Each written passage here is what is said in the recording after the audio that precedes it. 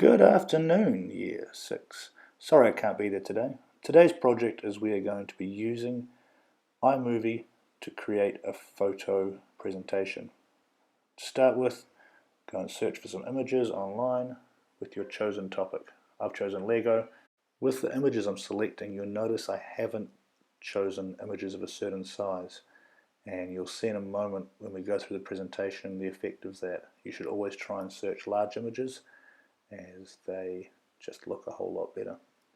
Now you're going to need about 7 to 10 images, and you see I'm just saving them to the desktop in a folder, and I'm going to speed up this process right now.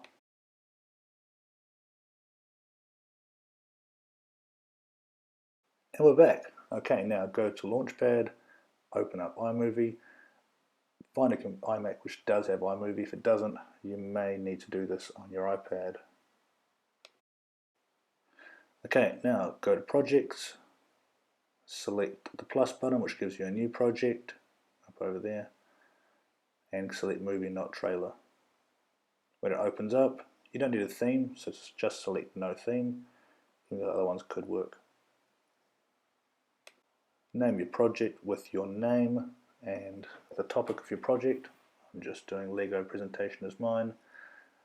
Import media, and you go to desktop, and saved on the desktop will be all the photos you have already found on the internet. Now just double click and add the plus button, and it will add your photos in the order you choose to the presentation, or movie as it is. When you add an image to an iMovie movie or presentation, it gives it an instant length of about 5 seconds.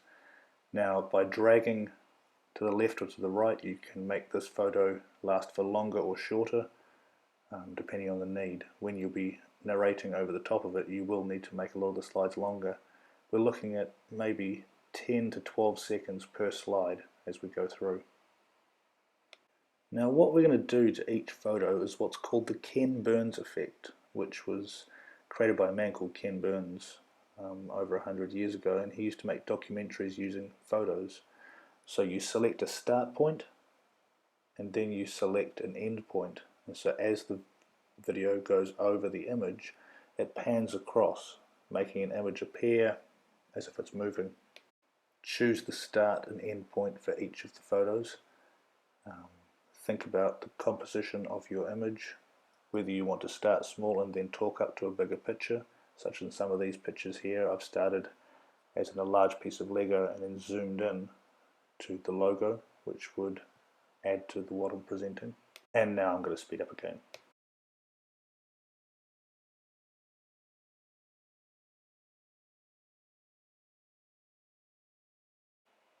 Now once you've set the start and end point for each image, go back and play through. See if you're happy with the transition of the image, as well as the speed of each clip. And this is the time when you can make it longer or shorter. Also, you notice some of the images which are showing at the moment are really clear, while others are not. That's where I've used a high quality image or a low quality image. Remember, always try for a high quality image. And fast forwarding again.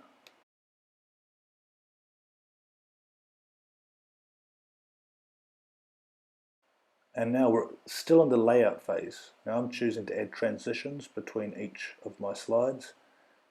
And as you see them putting them in, drag them between the two clips, test what it looks like, push play, and it just gives a little bit of extra pizzazz to what you're making.